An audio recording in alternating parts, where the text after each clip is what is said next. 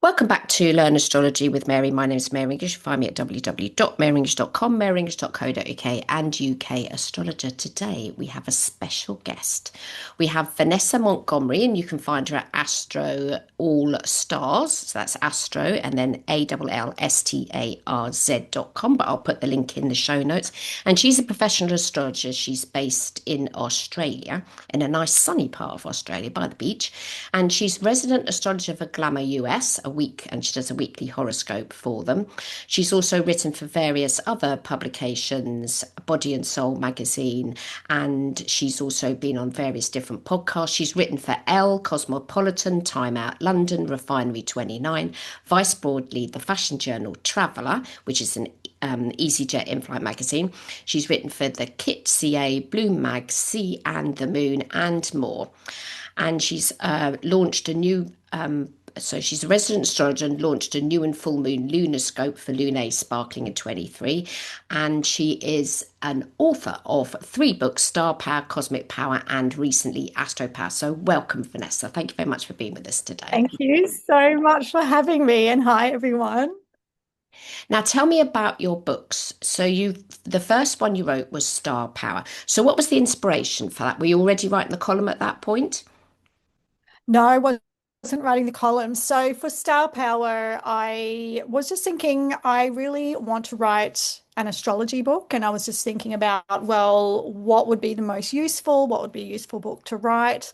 And a publisher must have picked up on my vibration because they approached me, Oh, and so we wow. just worked it out together. And I said, well, considering it's going to be, for popular culture, let's just write an introduction so that everyone can understands how to read a birth chart. Like, what is that? How do we approach it? And we'll give them a little bit of everything for it.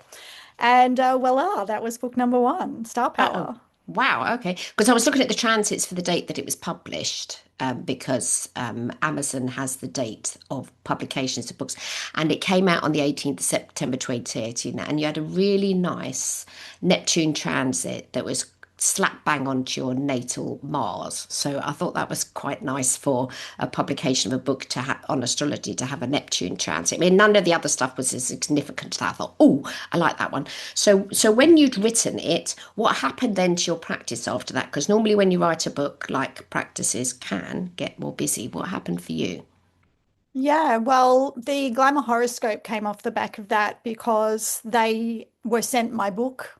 I must have been by the publisher. And so they had it just sitting there ready for when they wanted to get an astrologer onto their digital platform because America migrated their print magazine onto 100% digital. So it was just sitting there in the office waiting. So when they were ready, they contacted me. And so I got that column in mid 2019. That one came along. And yeah, it's just opened a lot of doors, has been more the thing. I definitely had more people coming in for one-to-ones. I didn't I didn't spruik myself enough in that book. That has been my absolutely bestseller out of anything I've done. So I wish I'd spruiked myself more and just put it more in headlines and headlights. Come for a reading. This is my website. So people could find me easier. But people with podcasts, found it and then would have me on, and that would roll. I found people with really solid, loyal followings, millennial women. Their listeners would come and get readings with me. So that was fantastic.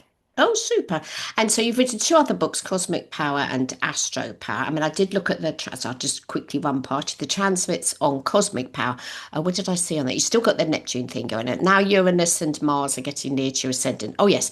We've got transiting Saturn exactly conjuncts your natal North Node in Aquarius at that moment in time when that one came out. I thought, oh, North Node sort of life purpose, and Saturn bringing it into a state of reality. I thought that's a jolly nice thing. And Mercury's there as well, which is the planet of communication. But I thought, oh, so somebody was doing the astrology on that one.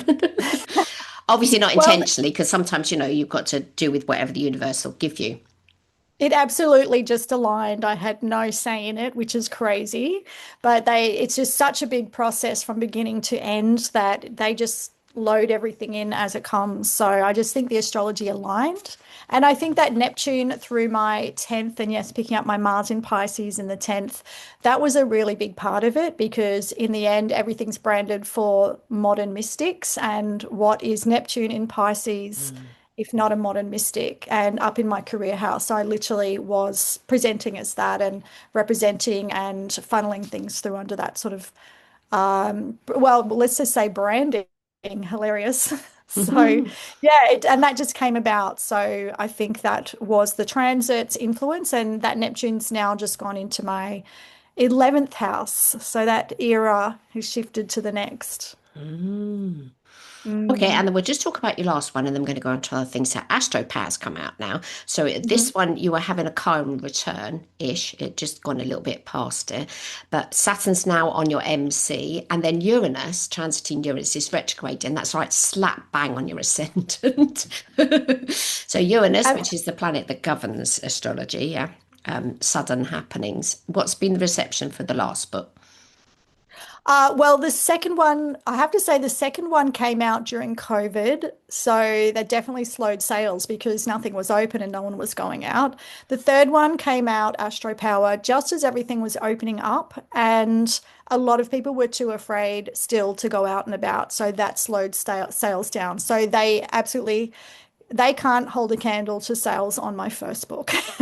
But, they're rolling along and they're definitely holding their own and are a success in, they say 2000, because I ask all the questions, so curious.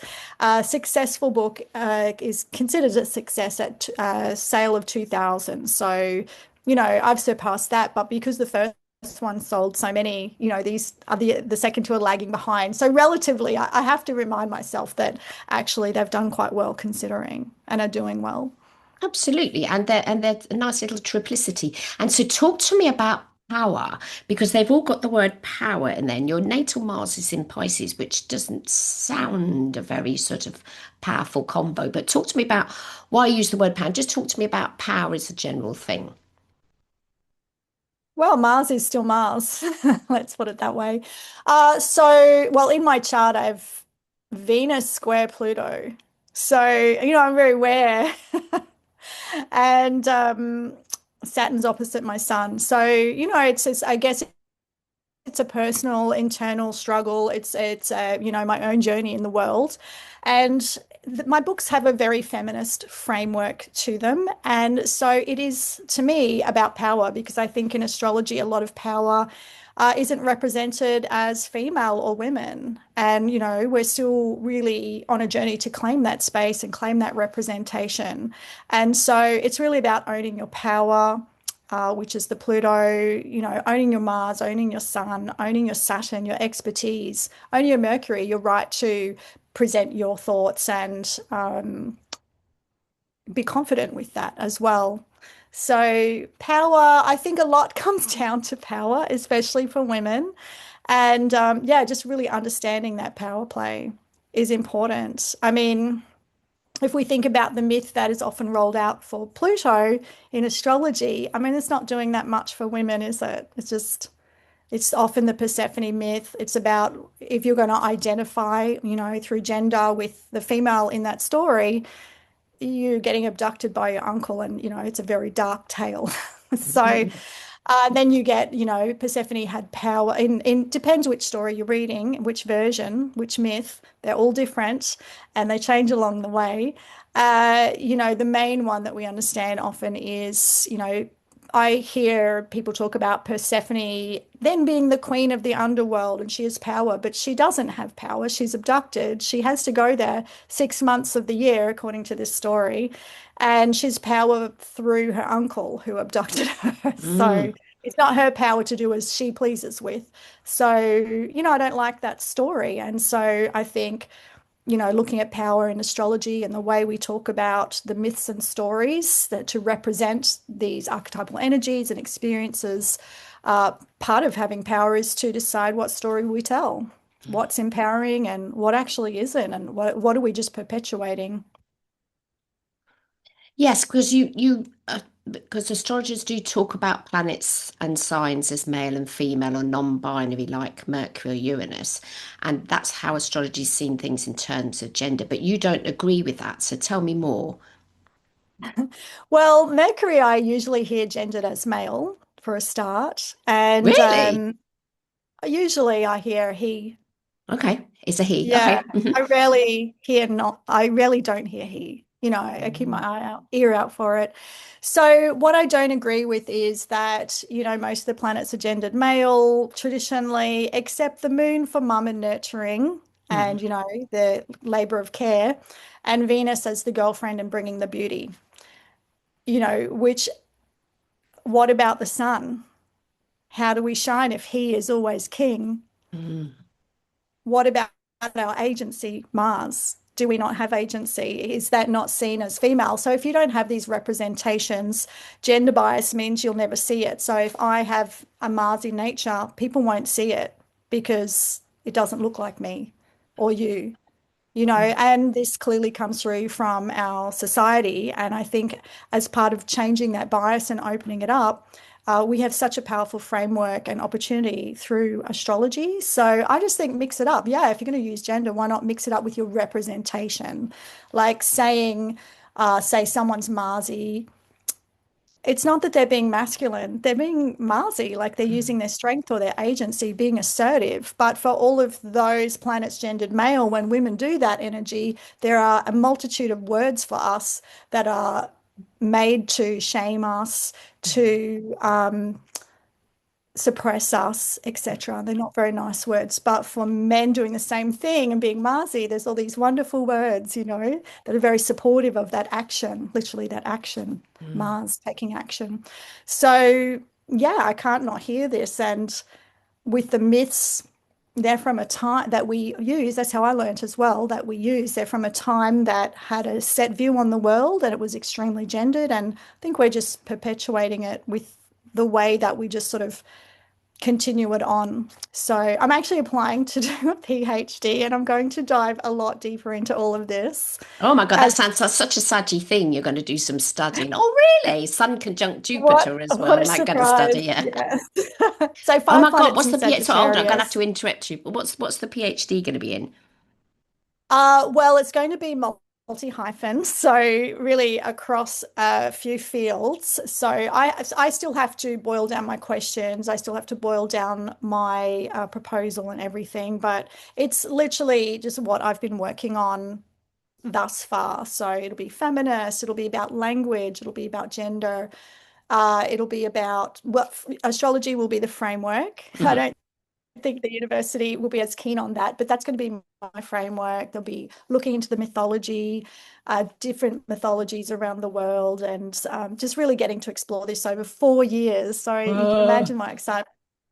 So hopefully I'm accepted. I'm just in the early stages of application. But fingers crossed. to loop back to the book, having done these books is really a gateway also into doing these courses and, bringing that sort of prestige to the university as well. They like that kind of thing. So they just keep giving, which is fantastic. And it's lovely. I mean, you've done a lot of writing. I mean, you really are living your Mercury in Saggy, which isn't far away from your Jupiter. I mean, Mercury really does like to learn and teach, and so does Saggy. So you've done a consider, and Absolutely. I think it's conjunct your Venus as well, isn't your Mercury conjunct your Venus? Is that right? Have I remember that rightly? Yes. So I Yeah. just love learning and teaching. Mm, And my North Node in Aquarius is in the ninth house as well with in under Placidus. So mhm. that works. I feel like I'm working my North Node, which transiting Pluto is about to conjunct Yeah, it's not also. far off, is So it? So Pluto's 5 degrees today, and yours is 7, so you've only got 2 degrees to go yeah. in. So I think that Pluto through the ninth is very iconoclastic, especially the way that my approach is to astrology. So yeah, I really hope to open things up more and it'll give me enough information to really set me off for years of writing. But I write a lot. That's actually mostly what I do is like research and write. So I do readings. I'm looking at doing more group live work as well. I want to be Mm, amongst the people. mm. And I have a conference coming up here in Sydney that's an embodied astrology conference. That's me and three other Australian women in astrology. So that's Mhm. going to be pretty wild. And I just love that it's in person. So that's a newer direction for me. Oh, how fabulous. So you've got Yeah. quite a lot going on then. You're right, old busy bunny, as they say. Yeah. I love to be busy. I don't have a TV. Oh, yeah, we don't have one. We haven't had one for ages. So, yeah. I don't want to watch the same thing as everybody else is watching, but yeah, that's a different thing. So you've written books, you do a lot of writing as well. So talk to me about how you even first got into astrology. What was it that prompted it? I mean, because quite a lot of people know what sign of the zodiac they are, but they don't become astrologers. Somewhere along their life journey, they either read a book or they're inspired by someone else. So tell me about your story, Vanessa. How did you get into it? Into it, that is. So, of course, I knew about that I was a Sagittarius and topaz was my stone. I must have been from reading the paper when I was in primary school, but I thought that was what astrology was. So I didn't pursue it beyond that. I knew I was, the centaur or the archer. But then a friend was studying at astrosynthesis under, you would have heard of Brian Clark and Glynis Lawton. And she would, we'd meet up weekly, we worked together, and she would just tell me what she's been learning. And I thought, oh, this is what astrology really is. That's absolutely fascinating. And the way that she could understand so much about people just from looking at their chart, I've got Mercury in the eighth house. What a great way to dive into the truth. Yeah, the truth and what's hidden and understand the psychological underpinnings. So I started studying there as well. So I found astrology really in 1995, but I started studying, I think it was 2002 at Mhm. Astrophysics in Melbourne. And then, so what was it about when you finally found out that there was a thing called a birth chart? Because you wouldn't have known that to start with, and you actually saw the Mhm. chart. Talk me through how that was for you. So that was through my friend, really. I really understood it because she spoke so much about it. And again, it just twigged my interests and I felt like I had a real natural affinity for it. I really understood what she was saying. I understood looking at it. It just had a natural affinity. There's things I don't have a natural affinity for, but this, it's like a duck to water. It was very easy for me. And it's just, the gift that keeps giving, as we all know, never bored. There's always something to learn. You're always observing. I love to observe people and I'm always listening and putting it all together. So I think that's where our astrological community is very similar as a type of people. Mm. But that Mercury, it loves it. Mm-mm-mm. And then you've got a Taurus ascendant. That's quite a totally different ascendant sign to your sun sign. That's a very earthy, down to earth literal sign. And then you've also got qualifications in sort of art and design, etc., which is a very sort of a beauty because Taurus is ruled by Venus and Venus is the planet of beauty, la la la la la. So you've Mm. used a lot of that obviously in the designs that they've put on the front. I don't know if you actually did the front covers of your book, but they're jolly. I think one person had commented that they wanted it just as a, well, not, the astrology book was fine, but they also wanted it as the cover was so beautiful. I think that was your second one, Cosmic. Somebody said, "Oh, I just want it on my coffee table because the cover's so Yeah. great." So you've got an Well, understanding of that as well, yeah? yeah, so they did hire artists for those and designers. So I didn't do those. They just asked me what if there's anything I would like to say about it. And I said, just put an eye on there and a planet for the first one. So that's in the design.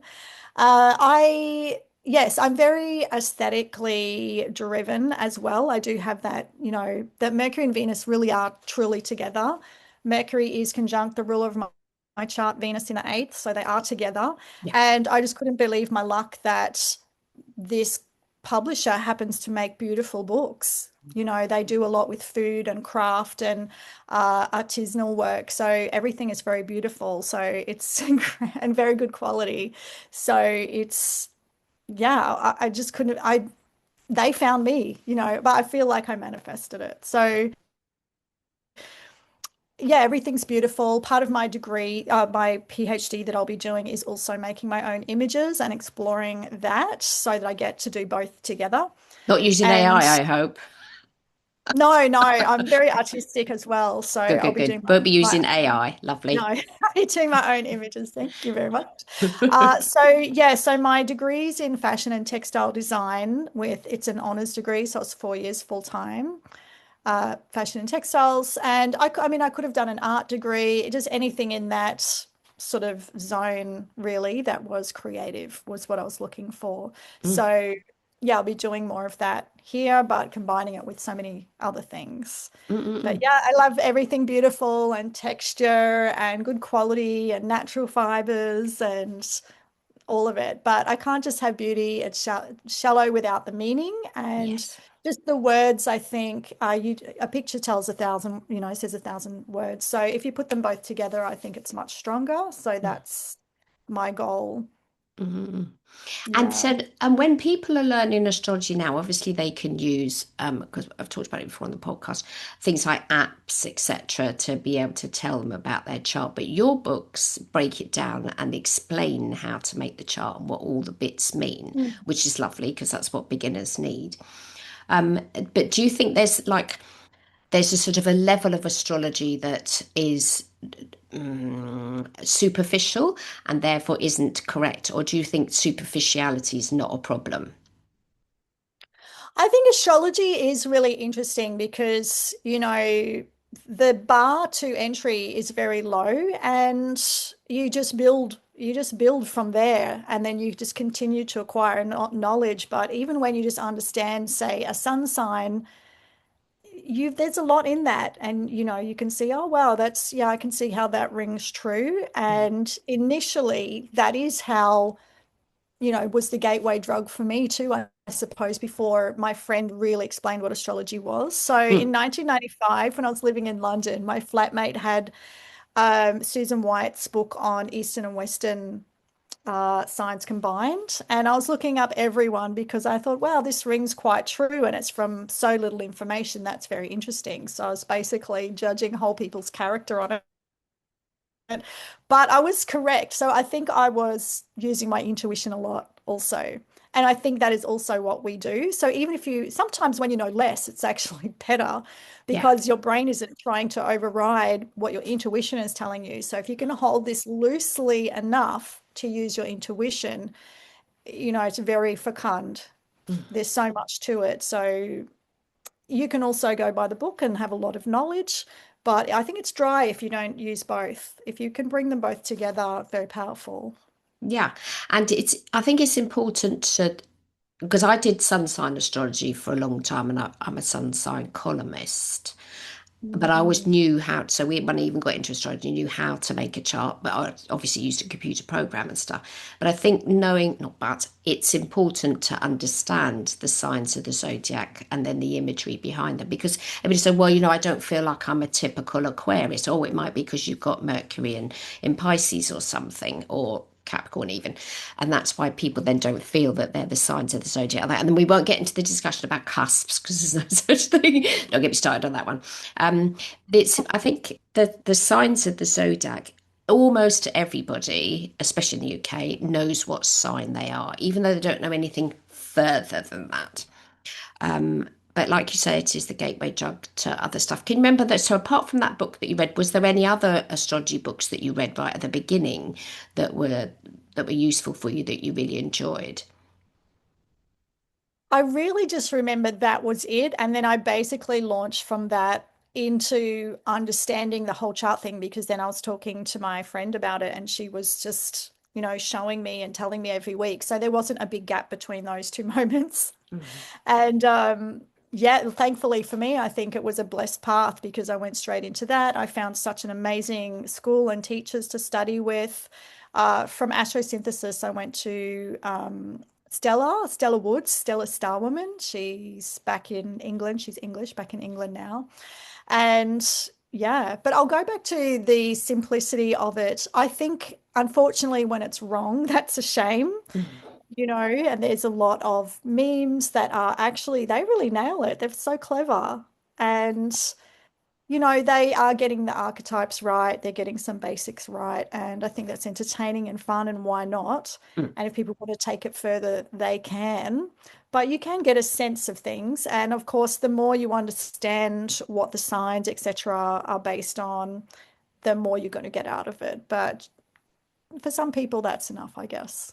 Yeah, I mean, I don't think that I think it's best not to make judgments on people's astrological usage. I mean, there are things that people do with astrology that are completely incorrect. I mean, it's sort of, yeah. If you don't know that planets go retrograde, then you don't know much about astrology. I think that's quite an important thing to understand at the beginning. That's only because I was born during Mercury retrograde, so I've got a thing about it. Yeah. You Um, do. But mm-mm. I'll also say what you said before. It's true. If some people say, "Oh, but I don't really identify that much with this. I'm not really like that." And yeah, I'll always say what you said. Well, you've probably got planets in other signs. If I look at their chart, I can say, "Yeah, well, you've got this, so that's quite different."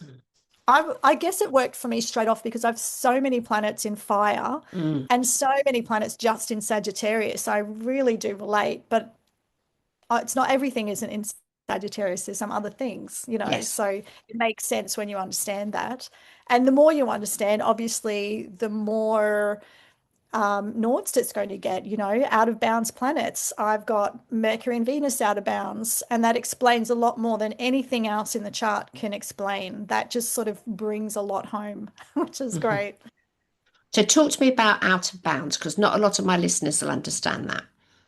So I learned a lot through my original study, and then some things I sort of shelved. So I met Tony Howard, who has Astrology University, and one of his sort of focuses is out of bounds planets. So that brought it back to me, and I started looking into it again and really keeping an eye on it. Check mine. Oh, there we go. Out of bounds. That explains a lot. I thought of a lot of friends that might have that. And indeed, they did. You can just tell. So, out of bounds, of course, is a declination thing. It's when planets are a higher or lower declination than the sun's highest or lowest point in the sky. So, not all planets go out of bounds. Not planets in all signs go out of bounds. And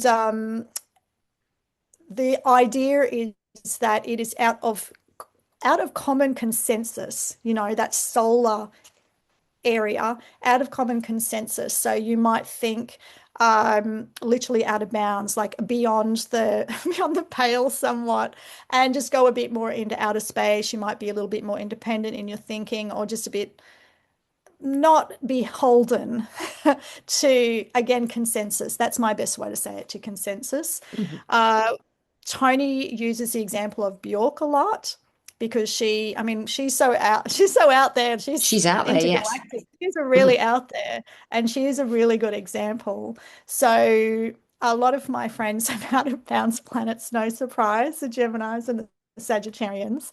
And it just explains a lot. I think we all get each other because of Mm. it. And do you have any planets out of bounds? Is it a number to make it out of bounds? Honestly, I don't cover out of bounds a lot. So Oh, you're it's you're speaking to a complete beginner on this one. I've heard it mentioned, but I've never used it.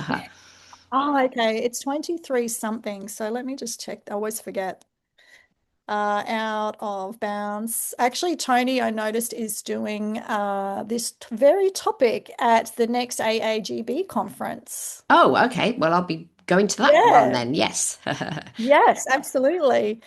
Out of bounds planets 20, I'm pretty sure it's 23 something. 23, 27. So Okay. anything above north or south past that, uh, it's out of bounds. So it could be your moon, obviously not the sun, Mercury, Venus. This recent Venus through Gemini, actually, Venus right now is still out of bounds in Cancer. Mhm. So could explain a few things for a few people. Mm. Things it's interesting to see when Venus is out of bounds by transit in a kind of wild sign like Leo. Oh, does it go out of bounds in Leo? Let's say Sag, in Sag. Yes, in Sag. People can buy things that they would never wear. So it's always good to know when it's out of bounds if you get into a relationship with someone you wouldn't normally Mm. date or buy something a bit gaudy, you're Mhm. probably going to want to take it back.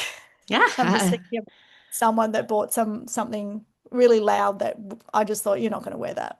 That's Ah. not going to happen. And it was an out of bounds purchase. Oh, okay. So they did this during the Out of Bounds transit. Yeah, in Right. Sag. Right. So Okay. if you think of something I've kept my eye on. The silly season is basically Sagittarius season. The run up to Christmas is through just late November, December, Sagittarius season. Because Venus is very close to the sun most of the time, and planets do go out of bounds in Sagittarius and Capricorn. Mhm. When Venus is out of bounds during that time, the spending is wild. It's Yes. more over the top. It's just when Mm. it's in Sag, the parties are bigger, there's more, people drink more, spend more, and it's amusing. Always amused. So if you can there's declination ephemeris online. If you just Google it, you'll find something. But Mhm. also Astro Gold, just that mobile app, they have a Mhm. section you can go into and look at the declination. I'm just going to look it up now. So you go to, where is it? In the reports sort of button, you can just go to transits and it's got the declination. It's got the planet, the longitude, declination, and house. So just go to declination, anything Mhm. over 23, 27. So currently Pluto's actually transiting. Oh no, it's back. It was out of bounds. It's back in. Venus, yeah. So Venus currently, oh, Mercury's also out of bounds right now. So Mercury's at 24.49, and 24.57 is Venus in Cancer, Mercury and Gemini. So they're both out of bounds. Right. Okay. I So shall check that out. Thank you. yeah. So also, yeah, transit wise, everyone, if that's hitting a planet for you, or if you've got lots of planets in Gemini and these planets are going over, that could be very interesting. Just note who comes along and maybe some ideas, since Gemini's out of bounds, are you meeting new people, discussing new things, or something you want to find out or sort of leap over to. It could be a good time since you're a little bit more free, but Mm. also loose lips sink ships. So Yes. I don't mess up. Yeah. Oh, super. So take me back to so when you were growing up and stuff, what was the environment that you grew up? I grew up in a really Catholic family. We had prayers every night, Oh, wow. reciting all the names of the people that are passed over till eventually the list of people that we were praying for was more than 30 people who I could still recite, which I'm not going to. I can still recite off heart.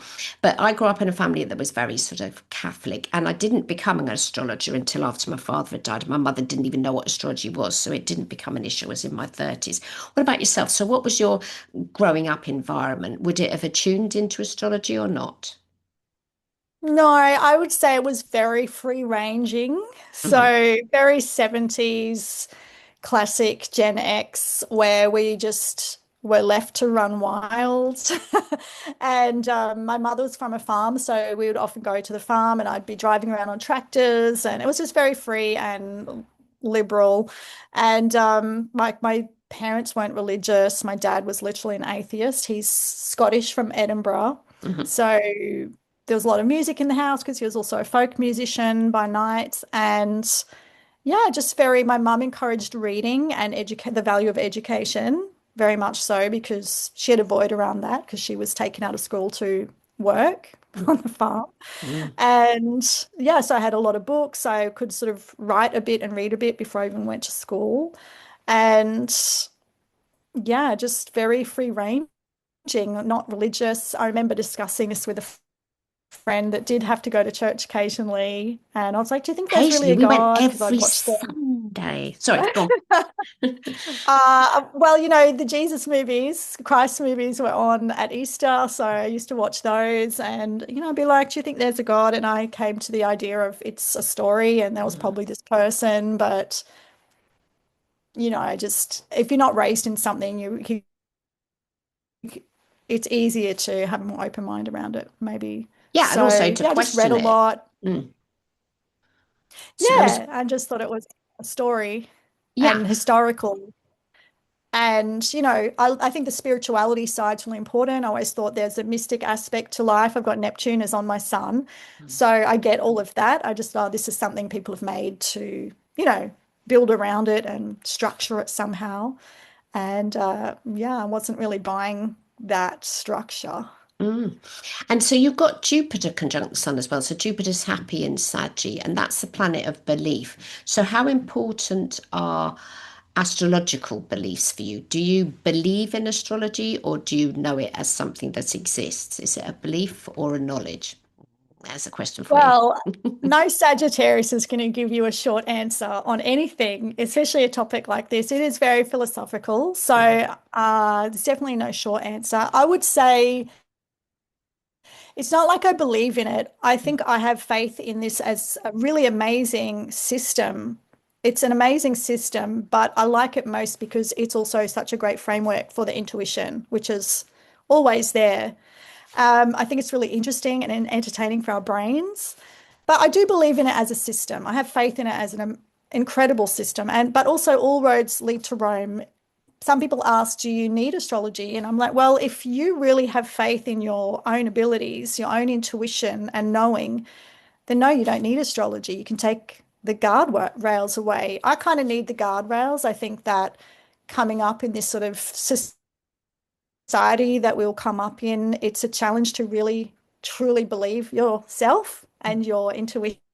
So it just helps to have this and let whatever come forward come forward.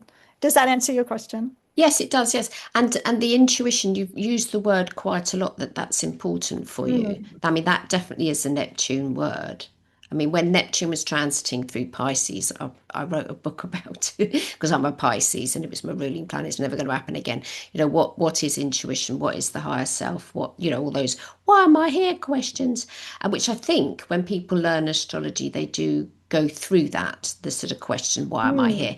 Because having a chart allows you to understand where you are in relation to the cosmos. Obviously, you're on the Earth, but where are you in the bigger scheme of things? I think astrology is quite all Mm. encompassing. That we're not just on planet Earth. That there is something above us. Not that there. I mean, we're not like Babylonian astrologers. We're not worshipping the planets or saying that they can do lots of stuff. But I do think that That's astrology, right. yeah, astrology is great for expanding the mind and realizing that even though we're all, like in your case, you're all Sagittarians, there's all going to be different varieties of Sagittarius, but you still are born under the sun of something. I don't know. The longer I'm an astrologer, and when I look at charts and stuff, I don't need to explain it to myself. I just go, oh, you know, I love a chart and I love all about it. Um, but when it comes to beliefs, it's because um, a belief is something that you have to give yourself to. You don't need to believe in something. You don't need evidence, you know. So then we get into this place, you know, what is evidence and what is belief, and I don't think that needs to come into. Well, obviously we need to live on the earth and stuff. We need to have a bit of a reality check every now and again. But I think astrology allows us a form of belief. But my worry is for me, has it replaced Catholicism? Is it an either or? And I think, well, no, I mean, I don't want to be a Catholic, trust me on that one. But it does I don't talk think it about those replaces types of it. things. Yeah. Yeah, I don't think it would replace it. I'm sure that someone can be in a religious belief system and framework and also understand this as a tool or a system because it's not like you're saying anything about astrology is a creation deity, Mm. the Bible did refer to a lot of astrological things and Yeah. the story of Christ is this really layered onto the story of the solar journey and all sorts of things. Like they're sort of similar in some ways. Mm. So yeah, I think that, you can hold a lot of views on things. And it's a shame that maybe some religious institutions are threatened, I suppose, by astrology and Mm. that knowing. I'll also say with the intuition, fire signs, like their thing is intuitive, so it's a flash. Mm. And with the Neptune, perhaps it's the Neptune on my sun as well. I'll just know things, I suppose. Mm. But yes, intuition is, I think we all have it. It's just distinguishing, am I imagining this or is this something I'm picking up? Sometimes I can't really tell which is which until I get a response from someone. And I'm like, oh, that was real. Not real, but that was information coming to me from something external. Yeah, yeah, yeah. Yeah, once you get into conversations about Neptune, then you go, woo. We're going to go into completely different places, but I agree with you. Everybody has intuition. Mm. A lot of people don't use it, rely on it, or even want to have it, and might even fight against it. But I do think it's important because almost every other, sort of living species has something. If you ever had a pet cat or a dog or even a goldfish, there's certain things that they can pick up that we can't. And we sort of do them differently. But what I also like about astrology, it isn't a religion, but it equally isn't a science. There is science in it, otherwise we would have Mm. planets and their movements and stuff. And going back to sort of storytelling and stuff, you must be a storyteller, surely, Sagittarius. Yes, Mercury in. How much do you like stories? Well, I like a tall tale. Like I have read books since I was young. I love to go to the movies. Yeah, I love stories. I also just love sort of feeling into those archetypal energies. And Mm, I think, yeah, it is really interesting to have stories that express those. So that's what I'll be looking more into in my PhD as well. mm. And yeah, I mean, Sag is the storyteller, that's true. Well, not so But much, I think not so much storyteller, but wanting to learn the stories. I mean, you do quote a lot about the Greeks and their myths and stuff. That is something that you're quoting about the planets and stuff, and that maybe that's your sort of astrological learning and whatever. that's my learning. So Right. Brian Clark was one of my teachers, and he had a very strong mythological emphasis, which I didn't really know the mythology at all. So I was trying to learn that to even understand what he was saying because he was using that as the story to explain things. But then if you don't know the mythology, it's still not making Yeah. sense. So you've got to understand that. And now I've noticed that mythology, ancient Greek mythology particularly, is really having quite a renaissance. And I wonder if it's the influence of, that big interest in astrology the last few years that has helped bring that through. But again, I'm sort of looking at, well, let's look at these stories that we're telling. So in that third book, I mentioned them more and I sort of start to flip them around a little bit more. But it's a huge area of learning. So what I've learned is that there's certainly many versions of the tales and who wrote what when. Hmm. And, sometimes they get worse. Sometimes there's interpretation that hasn't been translated properly of certain tales. So yeah, just working all of that out is a huge endeavor, I have to say. But yeah, I mentioned them. I mean, Pluto is called Pluto, right? And it's because of, ancient times and a particular story that went with that. So yeah, how can we subvert that somehow so that it's a bit more empowering, a bit more broad for women, etc. Mm. Mm, Yes, the myths are stories, but then but we tell ourselves stories as human beings. We're constantly telling ourselves, "I'm no good at this, I can't do that," and all the other. that's right. Yeah, Yep. and you place a strong emphasis on I mean, going back to the power, but empowering people. That is where you come from, isn't it? Yeah. That's really, yeah, I'd say a lot. I am very interested in astrology. But I'm also, I think more of my drive is really empowering and liberating women, breaking out of this sort of compulsory heterosexual sort of normality that it's not like you can be all the things, like you can do all the things, you can be a sporty woman, you can be a boss as a woman, you can be a creative man, you can be a sensitive man, you can whatever, it doesn't matter. So I think that's really the empowerment I'd like to see, sort of get rid of these limitations on what you're allowed to do, Hmm. because that is still very much a thing. Like, I think we've come a long way, but there's still far to go. So I'd like to see that reflected in how we represent the energies that we're talking about, or the traits and expressions of planets and signs, and consider our audience that we're actually speaking to, which is mostly women in astrology these days. Um, Mostly women that we're speaking to. Yes, I suppose so. Um, Like if you go yeah. to an astrology conference, it's mostly women in there. And I love that we have some guys that come through, but Mm. I look around and it's mostly women. I came and spoke at the AAGB last year, and You I did, think yes, thank you. I think I had three guys in the whole room. So maybe four, but three. There's not many that sort of show up. I was going to the Queensland chapter, our monthly meetup. There was a few guys, but not many. This seems to be mostly women, you know. I yeah. Well, I mean, it could be because, I mean, you're like, for instance, you're writing for a women's magazine. So women are more like, but I'm sure there must be men's magazines that have astro columns in them. But yeah, but I think maybe astrology's turned on its head because I'm part of the astrological library. So we have a library with the Astrological Association. It's an online library and there's a physical one. And when you look at all the old books, they're all written by blokes because women never learned how to read or write, were never taught to read or write. So there's a massive chunk of astrological history that is absolutely predominantly male Yeah. dominated. And it isn't until the sort of 60s, well, actually probably about the 30s, beg your pardon, that women writers started to be writing about astrology or on astrological things. And now it's like you say, maybe has gone totally the other way, but it wasn't always like that.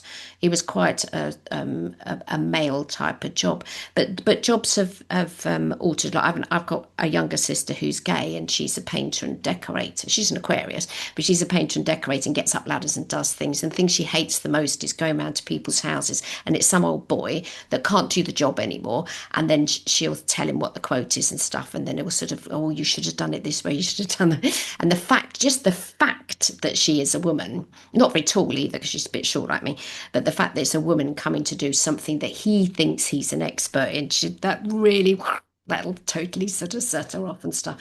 But there definitely are attitudes towards gender that need to be resolved. And I think Yeah. we can do that in astrology. But to say that it is a lot of women, yes, but then surely we are the ones that need to be communicating with the women, like you say, to empower them and stuff, so that they don't need to follow all those patriarchal blah de blahs. Yeah. Yeah, and I think part of that is creating and demonstrating a way to do that. So, and catching one's own bias and, just repeating verbatim as one has learnt. That's been my journey as well, like of slowly awakening and liberating. And I point things out to people along the way. But yeah, it's a lot of work to sort of see through it as well and even want to change it. I don't have an investment in keeping things how they are. Maybe some people do. I like to explore new ground and to light the way with my, burning arrows, sending them ahead. So that's what I'm doing. And I think that's really interesting. Mm. So hopefully other people do too. I think one of the reasons that first book particularly was so popular is that, obviously it was pink. It's mostly women that bought it, millennial age generally, I think. Mm. And they really liked it. And I don't think they're quite clear about why they liked it. And I think they liked it because it was really empowering. It was speaking to them saying, you can do this. All of these examples are here to reflect you and your potential and not to project them onto someone else. Mm. And a lot of clients that I had coming through from all of that were millennial women. And I found they were really centering their male partners, the straight millennial women. They were centering their male partners and wondering what's not working. I'd have women come that have their natal sun in the 10th house.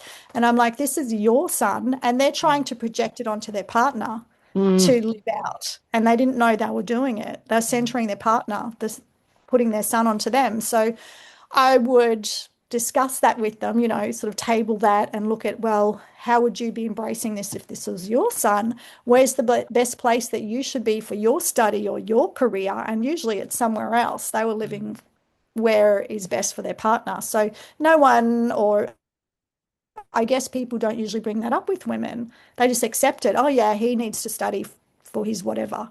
Mm. But they don't say, but where should you be? What's best for you? And so they're just like, oh, mind blown. Yeah.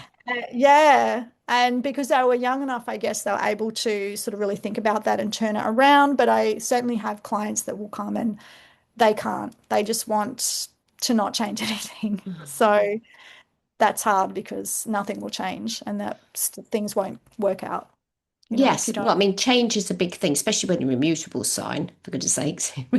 Change is sort of driven into our being. I mean, Yeah, we I love change, don't we? absolutely, yeah, I mean, I've got Moon in Gemini as well, so I'm changing every 30 seconds. So, but yeah, mutability is the thing. Absolutely. Yeah. Absolutely. Oh, Yeah, Vanessa, it's exciting. it's really really important to understand that, if nothing else, fixed signs, mutable sign, cardinal signs, what is it that they most like to do? But yeah, mutable signs have to change, otherwise they're going to Oh, get, and I'll quickly go in yeah. on this because you were mentioning something before about, the simple or shallow or low bar. I Mm, think one thing that a lot of people don't know is about the qualities or modes, mm, cardinal, fixed, and mutable. So there's retrograde, there's the modes, and that explains, if you even just have that in your bag, it yeah. explains so much about someone like a Pisces Mm, or a Gemini. Why are they so mutable? It's the quality that they're often sort of made fun of for because it's so misunderstood and their mm, gift isn't being given mm, because people can't deal with the change. That's mm, the thing that's so confronting. mm, But that's the mutability. And as a word I like to use for the qualities of each sign, they are literally relentless. Like the mutables relentlessly need to create change and adapt and do new things and try new things. And why don't you try it this way? And swim off in this direction. No one can catch that slippery little fish. It's just going to swim right out of your hands, mm. right? And Gemini's going to run rings around you. That's their job. Yeah. Yeah, no, you absolutely. No, I love the modalities, and I love also the fact that I can't remember the name of the lady that wrote the book. That she says the mutables live in the past, the fixed live in the present, and the cardinals live in the future. And I love that one because you're doing sort of the history of astrology and stuff. And I'm always Yeah, forever talking true. about the astrological library back then. But yeah, I like that as well. But yes, the modalities, the qualities are super super important. Mm, It explains a lot. so Um, much. so much. Thank you, Vanessa. Thank you very much for being with us today. So we can find you at your website, which is Astro All Stars. So it's ALLSTARZ.com. You've got a podcast, you've got zillions of things on there. And in fact, you can go to Vanessa's website and you can have your chart made up on there. So she's got a nice little bit of computer program in there. You can put your data in and then you'll get your chart up as well. So thank you It's true. very much for being with us today.